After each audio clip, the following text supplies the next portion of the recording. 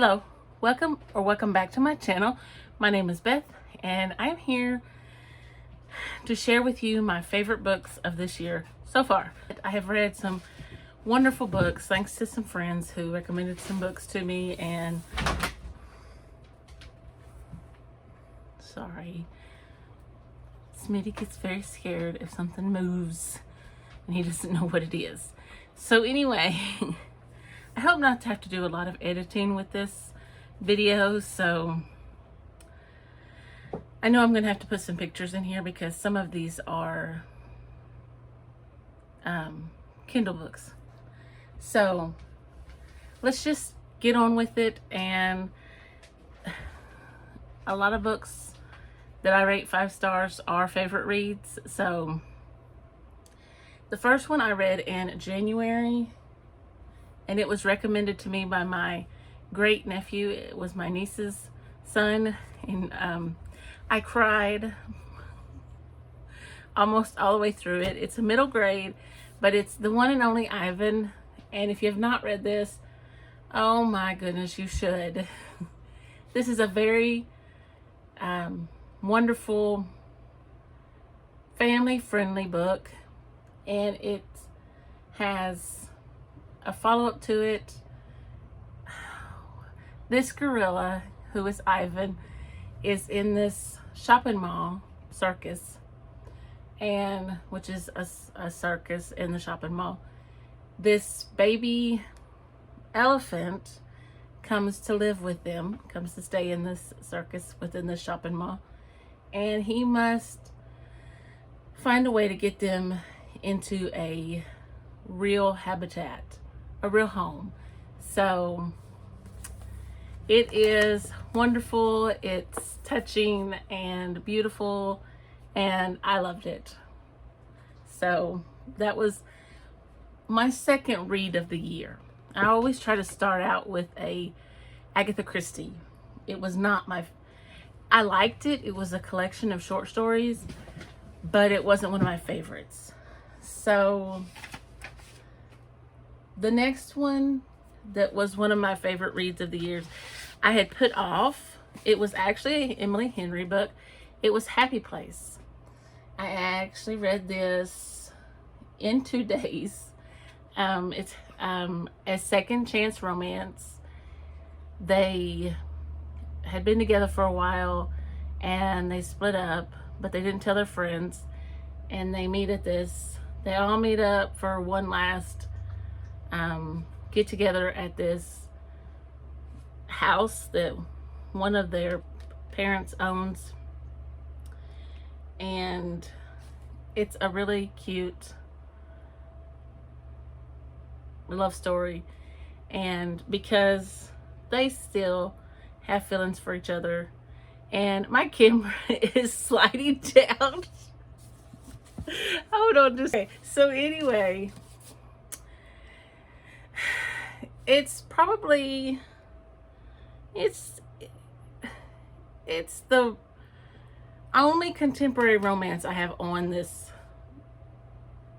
list, I think, because I'm not sure Kindle Unlimited books. So I can't count rereads, so we're gonna move on. Okay, the next one, I'm gonna put it up here because I read it on Kindle. It was Spines and Leaves by Shatona Havoc, and I loved this book. It was just a breath of fresh air, and it's about a struggling bookstore, and this guy comes in and makes this girl a deal that he can help her with her bookstore, and he wants to fix up the store by making minor improvements. She accepts, but I guess you'd say her fella is kind of jealous, but I just loved it. It's just a wholesome book, and another one of those that is family friendly. So the next one is Emma by Jane Austen. I was very proud of myself for reading this so early in the year. I'm not even sure why I read it. It's just, maybe it was one of my classics that came up. But Emma is about I would call her a busybody today, but she is one of those people who likes to play matchmaker. And she tries to match people up, but sometimes she doesn't always get it right. And this has, it says she's beautiful, clever, and rich. And she's also single, but she doesn't intend to ever get married. And this has Mr. Knightley in it. And I just love Mr. Knightley. And I'm so excited about watching the movie. I can't wait to watch the movie. But I'm so afraid that I'm going to pick the wrong movie. So anyway, I loved it. It was everything I'd hoped it'd be. Of course, it's Jane Austen. And it's one of her major novels. And I started tabbing it, but you could tell where I stopped. I always stop halfway through. So anyway, I really liked it. I like all of Jane Austen's novels as I read them. I'm really trying to get this to stay. So anyway, okay, I think it might stay there. The next one on my list is Agnes Grey by Anne Bronte. This is the first time I've ever read Agnes Grey, obviously, because I can't put rereads on here. And the first time I've ever read an Anne Bronte. Now, I'm planning on reading The Tenant of Wildfell Hall in November. I believe it's November, because Tiffany from Beautiful Minutia is reading it then. Now, this is not where I'm at. I'm done with it. That's where I stopped tabbing again. But this is about a young English woman who seeks work as a governess. She goes and she's a governess to these children, and she experiences trials, growth, romance. This was Anne Bronte's debut novel. I loved it. I love the woman who Agnes helps, and when she meets the one that she falls in love with, it's just, I just love this book. It was so good, and I am so looking forward to The Tenant of Wildfell Hall. And yes, it was wonderful. The next one I have to put up here again because I do not have a copy of this. This is The Mystery of Mrs. Christie by Marie Benedict. Marie Benedict was one of the ladies who wrote The Personal Librarian and The First Ladies. But this, The Mystery of Mrs. Christie, is about Agatha Christie and the 7 days that she spent missing and what might have happened. Now, it doesn't focus on her. It focuses on what was happening at her house and the things they were finding out, you know, the police, what her husband was doing, her daughter, and just the mystery. So it was so good. And I recently purchased The Christie Affair, but I don't know if I can read it because it's from the other lady's perspective, and I just don't know. The book I read is The Thursday Murder Club by Richard Osman. Oh my, I've had this book on my shelf for so long and kept putting it off but this book is so good. This is about 4 friends who like to talk about murder and they like to discuss the unsolved crimes, and so they end up solving a crime, and it is so good. Oh, they're older and they live in this retirement community, and it is so good. They call themselves the Thursday Murder Club because they meet on Thursdays. It's so good. It is so good. I was just blown away. The writing is incredible. You grow to love these characters, and I just loved it. It was great. I'm trying to get these in some kind of order as I go because I want to be able to hold them up at the end. All right. The next one is The Secret of Chimneys by Agatha Christie. Now, I only put one Christie on here because, well, we all know I love Agatha Christie. And I would put every one of her books on here if I could. But suffice it to say, she's one of my very favorite all-time authors. And this one is about Anthony Cade, and he's going to do an errand for a friend. And I kind of thought, well, I think this friend is setting him up. But I don't know. Anyway, he's drawn into this kind of this plot, this big murder investigation. But the combined forces of, I'm just reading the back, Scotland Yard and the French Sûreté gradually converge on Chimneys. Chimneys is a house. It's a big, beautiful mansion, and it's called Chimneys because there are so many chimneys. The great country estate that hides an amazing secret. So this has Superintendent Battle in it, and I can't remember the gentleman from the French Sûreté. But Cade is instrumental in helping to solve the case. So anyway, I really enjoyed this. This was my first time reading this one, and I heard mixed reviews on this one, but I loved it. I'm going to put this one up here by Louise Penny. It's called Still Life. This is the first in the series. And it's Armand Gamache and his team go, and they're going to solve the murder of this lady. She's been shot with an arrow, and they arrive in Three Pines, and the town just accepts them, and they're trying to help them in any way that they can. And I just loved this book. It was amazing. It's The Premonition at Withers Farm, and this is by Jamie Jo Wright. And this is about a couple who moves into the Withers Farm, and the woman appears to be grieving, and the husband, he is trying to take care of another farm for these people who are not there. So he goes down and is, tending to that farm, and he ends up finding a body who ends up being his long distance cousin or something. And there are two timelines always in Jamie Jo Wright's books. So that's the present timeline.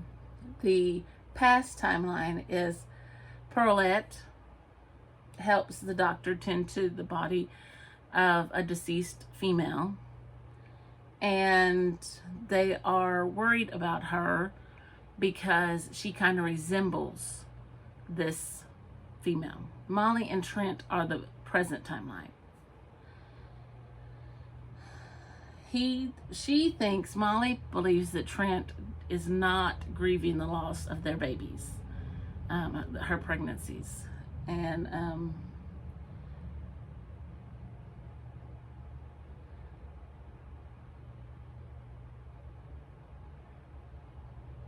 it's questioned whether they can move on from this, or will Molly be the next victim. So yes, it was very good. I always enjoy Jamie Jo Wright's books. I didn't explain it very well, but she is an incredible writer, and it always comes around to be a logical explanation, and she's just wonderful. I just love her books. Okay, so the next one I read was The River We Remember by William Kent Kruger, and I just finished this one on June the 11th. It was so good. And if you've read my I mean, if you've watched my wrap up and I think I had it in a vlog, you'll know that I have gushed about this book and how good it was. I'll link them in the cards, or try to link them in the cards. Oh man. Okay, so I'm not going to try to talk too much about this, but in Jewel, Minnesota, there's a river, and it's called the Alabaster River, and this man's body is found in it, and it's the sheriff's job. This is in 1958 when this is supposed to have happened, and when this book takes place anyway. Sheriff Dern's responsibility to find out who killed this man before the town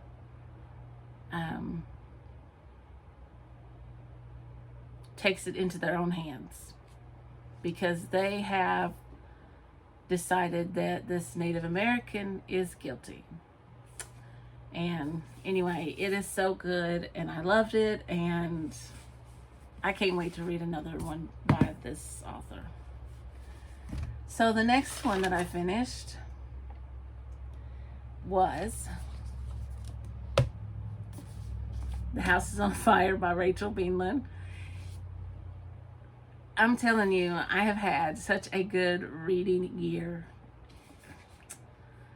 Even though I haven't read as many books, the books I've read have been really good. So I finished this on the 18th of June, and this is about a fire that takes place at a theater house, and it's in the 1800s. The theater company tries to place the blame on the slaves, but and this is really, this fire really happened, and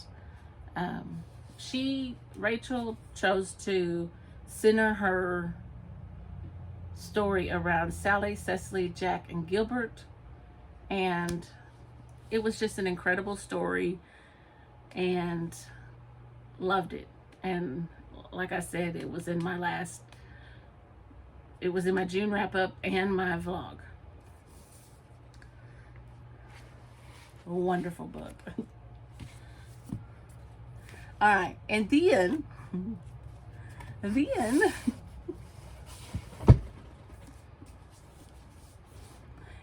it's not a proper favorites book without the Riley Sager book of the year. Middle of the Night. So I think his name is Ethan. Yes, Ethan returns home after 30 years after his best friend went missing, and he's trying to figure out what happened. Billy was spending the night with him. They were camping out in Ethan's backyard. They were 10. When Ethan wakes up the next morning, there was a slit cut in his tent, and somebody had snatched Billy out of the tent, and he was never seen after that. I loved it. I absolutely loved it. Riley Sager is one of my all-time favorite authors, and I've read every one of his books, and now I have to wait a whole nother year to get another one. So I'll just have to be content to read other books. Now I didn't read this whole book. I've only read half of this because this is 2 books in one. But I read Aragon, and Aragon has to be one of my favorite books this year. This is about Aragon, which is the boy who picks up what he thinks is a rock, a stone, and he tries to sell it, but he cannot get anybody to buy it. And a little while later, it ends up hatching, and it's a baby dinosaur. So he raises it, and he turns out to be a dragon rider. And then they go on all these adventures, and it is just a wonderful, wonderful story. And if you're looking for a good adventure, fantasy, this is one you should read. Now, I haven't read Eldest. It's probably not going to be until next month because I have so many books on my TBR this month to read. But I am excited to read it.